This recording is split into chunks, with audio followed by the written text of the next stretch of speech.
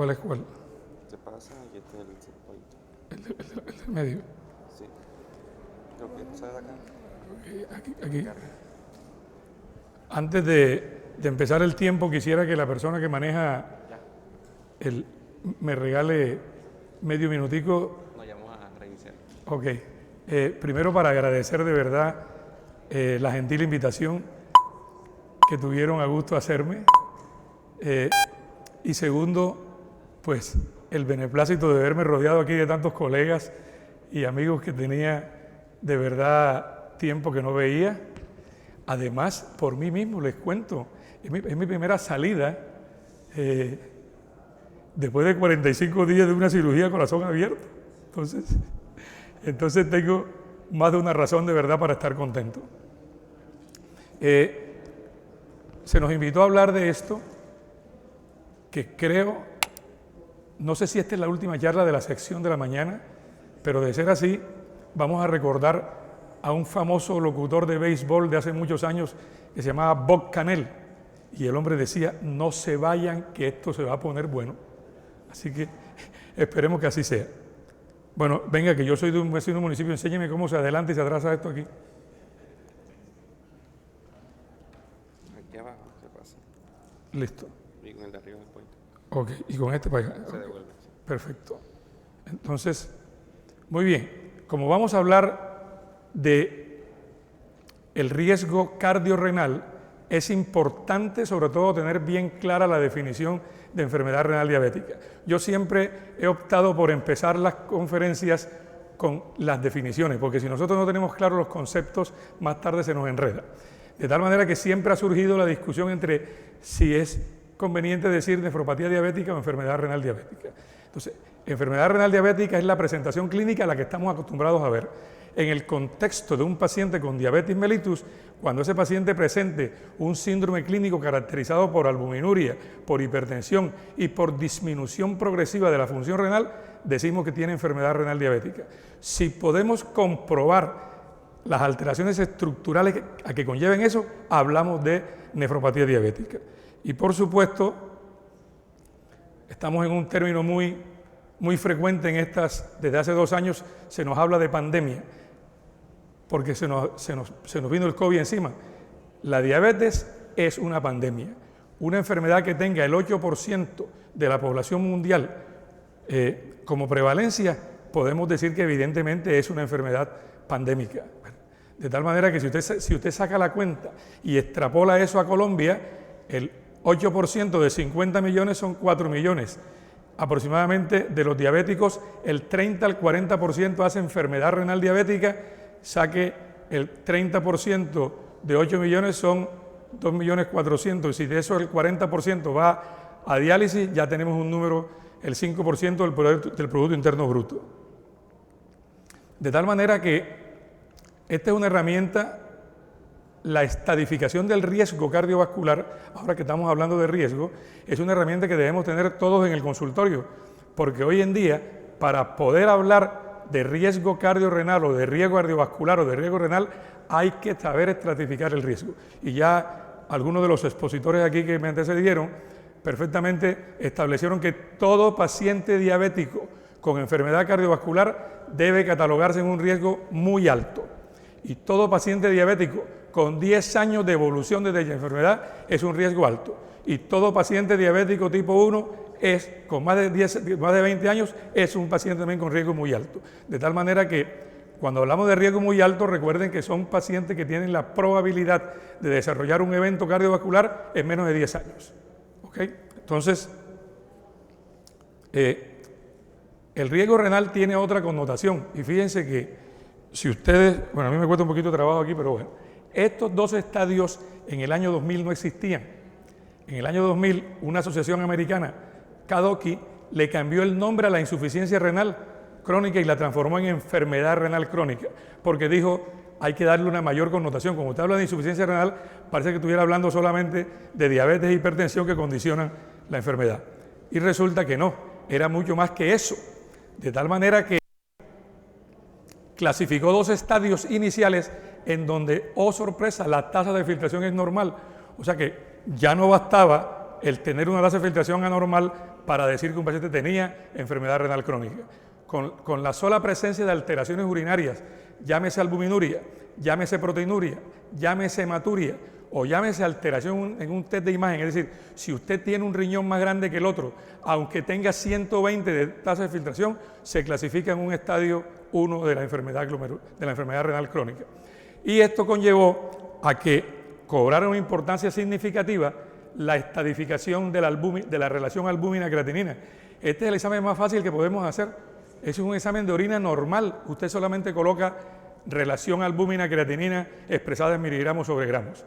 Y eso le puede marcar el pronóstico y el futuro de su paciente. Porque si lo tenemos claro, ya no necesito tener una creatinina elevada ni tener una tasa de filtración glomerular disminuida para decir que ese paciente está en un estadio de la enfermedad renal. Y aquí se las presento. Es decir, ya está completamente demostrada la relación entre la elevación de esa relación y la disminución de la tasa de filtración glomerular. De tal manera que aquí se escapa algo que también lo colocamos aquí debajito, si ustedes se dan cuenta aquí. Mire, puedo tener un paciente diabético con enfermedad renal diabética sin albuminuria. Es decir, entonces, catalogados hoy en día dentro del fenotipo de los pacientes no albuminúricos. Así que no solamente es que tenga la presencia, pero es lo más frecuente que hay. Entonces, es obligación nuestra, los que hacemos medicina todavía clínica, a nuestro paciente diabético hipertenso, solicitar la relación, porque esto nos va a servir como un método de progresión de la enfermedad. Voy a mencionar de pronto de manera un poco más rápida la famosa patogenia de la enfermedad renal diabética. Siempre nos enseñaron esto, nos enseñaron que el paciente con diabetes tenía varias vías que conducían a la enfermedad renal, las vías metabólicas y la vía hemodinámica. La vía metabólica fue avanzando y les voy a mostrar algunas de las cosas importantes. Por ejemplo, sabemos que todo el factor desencadenante es la hiperglicemia. El hecho de tener el azúcar elevada conlleva a la serie de mecanismos que se desencadenan posteriormente.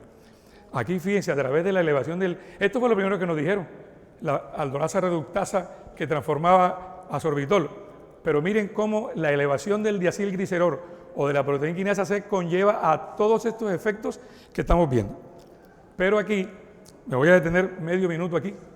Miren, nosotros sabemos que la glucosa, cuando permanece mucho tiempo elevada en sangre, lo primero que hace es que se una a las proteínas y se forma la famosa glicación de las proteínas, en donde la hemoglobina glicosilada sigue siendo el ejemplo clásico de ello.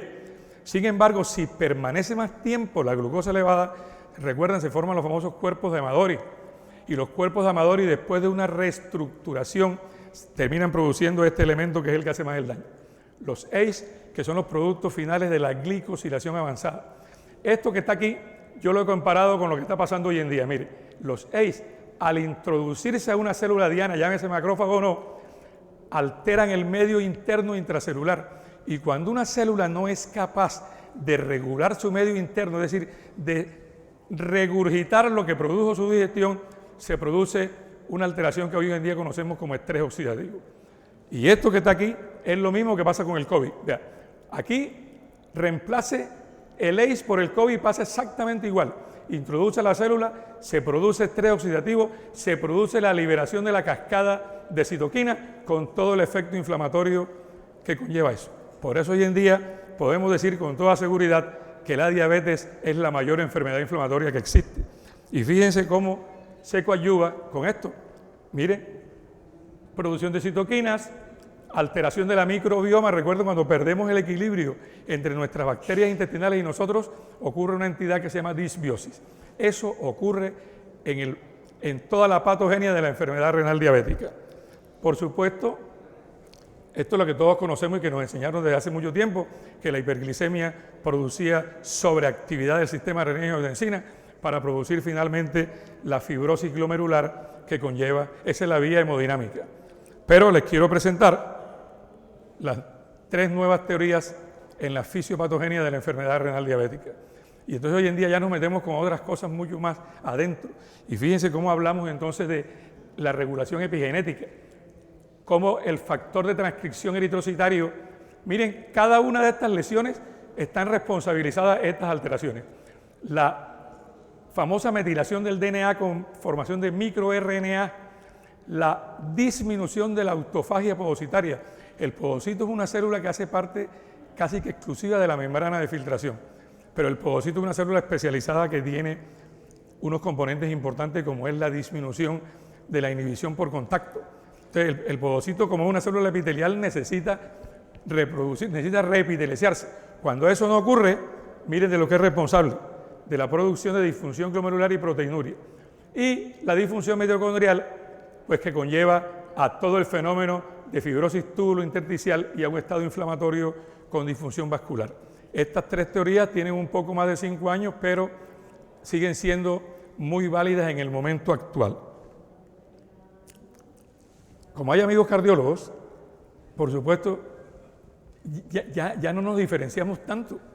Es decir, anteriormente la mayor discusión con nuestros colegas los cardiólogos era si le dábamos o no IECAS a un paciente con una creatinina de 2.5 y ellos decían, no señor, y nosotros, sí señor, porque hay que disminuir la hipertensión glomerular. Pero mire, hoy en día estamos asociados en una entidad que se llama riesgo cardiorrenal.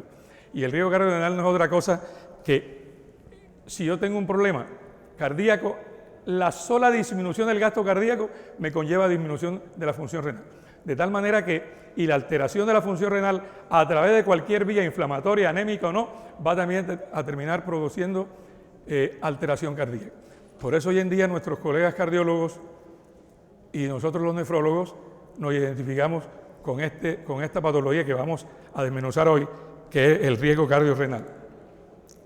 De tal manera que ya fuimos capaces de hacer algo juntos. Ahí está usted, doctor Efraín Gómez.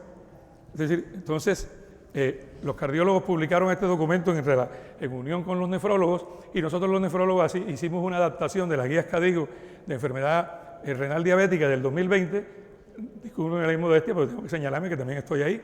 Entonces, en donde sacamos este documento y dijimos que todo paciente diabético tipo 2 con alteración cardiovascular, metformina, inhibidor de SGLT2 o un GLP-1, mantener un buen nivel de hemoglobina glicada, pero además cambiar del uno al otro o un SGLT2 o un GLP-1 dependiendo si se lograba o no la meta. Y esta fue la recomendación de CADIGO. Mire, esto hasta ahora es lo que estamos haciendo en los pacientes con enfermedad renal, con riesgo cardiorrenal y enfermedad renal diabética. No pasamos de esto, pero esto indudablemente no nos quita. El colega que habló aquí hace un ratito que presentó los estudios del SGLT2, mire, este es el CREDENS, en donde se demostró que por mucho bloqueo de los SGLT2, que por mucho bloqueo del eje renina-angiotensina, aún la enfermedad renal sigue progresando, aún el riesgo cardiovascular sigue progresando y tenemos un sesgo, fíjense, de más del 11% de falla en este sentido.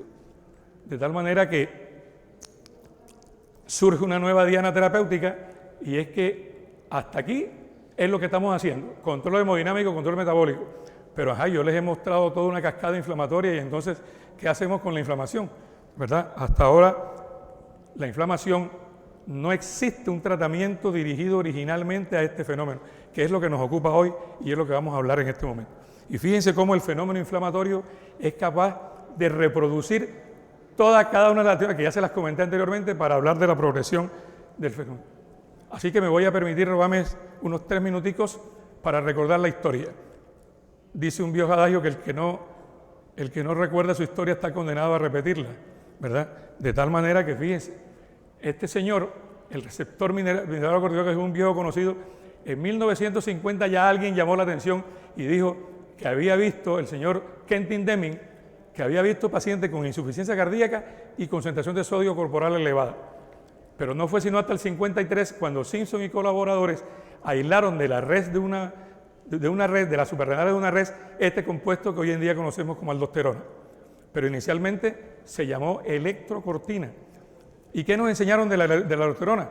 Que era un compuesto que reaccionaba a las concentraciones de volumen extracelular, a las concentraciones de sodio y potasio. Hasta ahí llegó el cuento. Y eso fue todo lo que nos dijeron.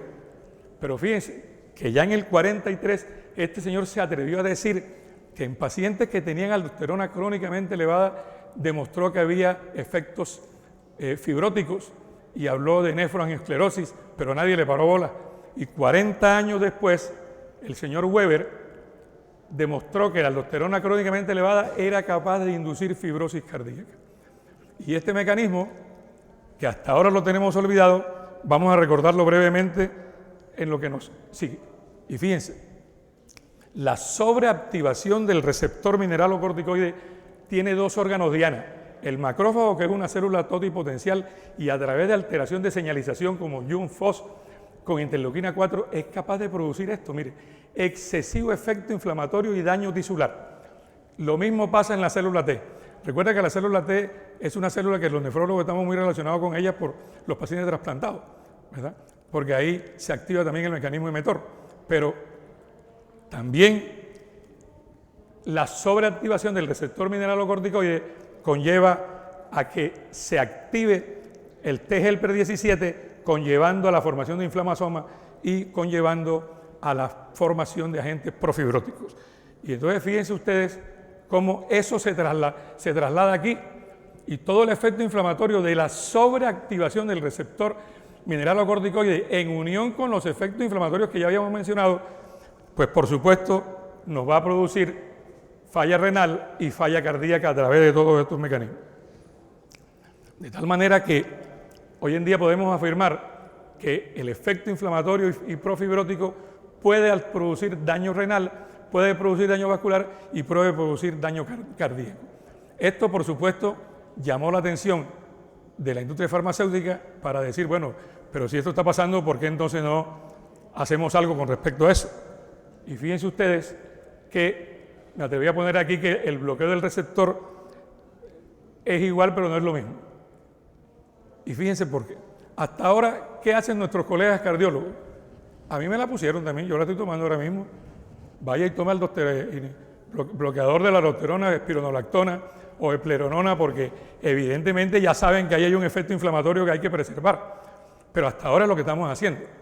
Resulta que el bloqueo, el antagonismo de este señor, de esto que estamos usando ahora mismo, no es realmente del todo efectivo, porque el receptor, que no es ningún tonto, tiene este señor aquí que lo ayuda mucho, que es un cofactor. Lo que no ocurre con este señor del que vamos a hablar ahora, que es la finerenona. Y fíjense lo que hace. La finerenona sí es capaz de bloquear el cofactor con un antagonismo mucho más efectivo para disminuir efectos inflamatorios y disminuir efectos profibróticos en el paciente con esta patología. De tal manera que en los minutos que nos quedan vamos a hablar de este programa en donde se establecieron dos estudios pivotes. Uno fue dirigido a desenlaces renales, como es el Fidelio de Cadí, y el otro fue dirigido a desenlaces cardíacos, como es el Fígaro de Cadí. Entonces, les voy a resumir aquí lo que pasó con estos dos estudios. Miren, los criterios de inclusión: paciente diabético tipo 2 que tuviera enfermedad renal crónica. Recuerden que enfermedad renal crónica no siempre es sinónimo de disminución de tasa de filtración, también es relación albúmina-creatinina, ¿verdad? Tratamiento único con bloqueadores del sistema de angiotensina que tuvieran, por supuesto, un potasio menos de 4.8 mililitros, y un dato de no inclusión fue que tuvieran falla cardíaca con fracción de eyección reducida. Bueno, perdón, que una cosa importante, los endpoints, y mire, el cardiovascular compuesto era el tiempo transcurrido hasta la muerte por causas cardiovasculares, infarto del miocardio no mortal, ictus no mortal u hospitalización por insuficiencia cardíaca. El compuesto renal fue que tuvieran, que por ejemplo, que la creatinina se duplicara o que la progresión del paciente en la disfunción renal fuera mayor del 57%, la pérdida de la tasa de filtración en relación a la tasa de filtración inicial. Y entonces fíjense, aquí hay algunos datos de los pacientes. Mire, al momento basal los pacientes tenían presión arterial y glicosilada bien controlada con los medicamentos que ustedes ven ahí. Esta fue la población que se incluyó, y si usted se da cuenta, mire, la gran mayoría de pacientes estaban en el 2, en el 3A y en el 3B, y no necesariamente, mire, con pacientes con tasa de filtración normal, pero con se aceptaron pacientes entre 300 y 5.000 miligramos sobre gramos de relación albúmina-creatinina. Y por supuesto, este resultado, que es el que a los cardiólogos más les interesa, mire, además de un bloqueo optimizado del sistema renina-angiotensina, la finerenona redujo significativamente el riesgo de desenlaces compuestos en un 14%. Y ya dijimos lo que eran los desenlaces compuestos, ¿cierto? Disminución de la hospitalización, muerte cardíaca o, en su defecto, infarto no mortal. Estas fueron otras características, fueron los beneficios cardiovasculares, estuvo principalmente en que disminuyó el riesgo de hospitalización por falla cardíaca. Y los cardiólogos saben lo que significa para todos el que un paciente esté constantemente hospitalizado, significa calidad de vida menor y costo mayor. En cuanto al riesgo renal, pues la cosa fue mucho mejor. Ya no fue el 17%, fue el 23% de disminución de los endpoints finales desde el punto de vista renal, o sea, de duplicación de la creatinina o de progresión de la falla renal como tal. Estas fueron otras, redujo de manera significativa las incidencias de todos los desenlaces compuestos renales, excepto la muerte por causa renal, aunque solamente fueron 6 pacientes los que fallecieron en diálisis, oye, de 5.000 y pico de pacientes, digamos que esa es la progresión natural que debe tener un paciente con enfermedad renal. Y miren esto, los efectos colaterales, regáleme ya 2 minuticos que me hacen falta. Los efectos, calculamos mal, Dianita, pero bueno, aquí vamos. Los efectos colaterales, de más esperarse, ¿cuáles serían? Pues la hipercalemia o el hecho de que, no sé, doctor Efraín, si a usted le ocurre que sus pacientes se le quejan de ginecomastia por los bloqueadores. Aquí era de esperarse el efecto de la hipercalemia, pero no fue significativo ni condujo realmente a intervenciones terapéuticas importantes. O sea que fueron realmente manejables. Y me atreví a traer esto pasó hace 2 semanas. Los que tuvieron oportunidad de ir a la ADA, yo no, por supuesto no pude ir, pero hoy en día la ADA, ya asociada con CADIGO, fueron capaces de sacar esta recomendación. Y ya, entonces la finerenona entra a ser parte de la recomendación terapéutica actual para el paciente con diabetes mellitus y enfermedad renal crónica y alteración cardiovascular. Y, por supuesto, lo reforzaron en el adendum, y miren cómo está como una recomendación tipo A, en donde con diabetes mellitus y enfermedad renal crónica tratados con lo que ya sabemos, la adición de finerenona podría ser considerada como un efecto benéfico. Dada esta circunstancia, me voy a robar medio segundo para presentarles a ustedes mis propias conclusiones. Entonces, estamos en una nueva era en el manejo del paciente centrado en la prevención, la detección de la relación albúmina-creatinina urinaria y tratamiento de complicaciones. El abordaje multivariable es una necesidad. Hoy en día yo diría que no solamente el abordaje, a los médicos hoy en día se nos está diciendo, ojo, hay que hacer manejo holístico. Es decir, si usted tiene un paciente diabético, no solamente le va a manejar, no solamente va a tener el eje glucocéntrico, tiene que manejarle su presión arterial, tiene que manejarle sus lípidos, tiene que manejarle su diabetes como tal, ¿verdad? Entonces, el enfoque multivariable va tanto para la detección como para el manejo. Aunque el manejo actual de riesgo cardiorrenal se puede considerar efectivo, el riesgo de progresión de la enfermedad renal crónica, ojo con esto, y de eventos cardiovasculares aún persiste hasta el 14%. Entonces, si nosotros podemos disminuir esta brecha, créanme lo que nuestros pacientes nos lo van a agradecer tremendamente. La finerenona, un nuevo antagonista del receptor mineralocorticoide de tipo no esteroideo, se recomienda, me atreví a colocar aquí nivel A porque no lo dije yo, lo dijo la ADA y lo dijo CADIGO hace 2 semanas, en la búsqueda del manejo ideal de riesgo cardiorrenal en pacientes con enfermedad renal crónica y diabetes tipo 2 de leve a grave, cubriendo el pilar inflamatorio profibrótico asociado a la terapia anterior. Si he logrado realmente ser lo suficientemente claro para ustedes y haber logrado transmitir este mensaje, créanme lo que yo me doy por bien servido. No sin antes invitarlo a que me visiten el mejor municipio del Atlántico. Santo Tomás es la tierra del mango, es decir, en cada casa del municipio tomasino hay un árbol de mango sembrado. De verdad, muchísimas gracias por haberme facilitado esto.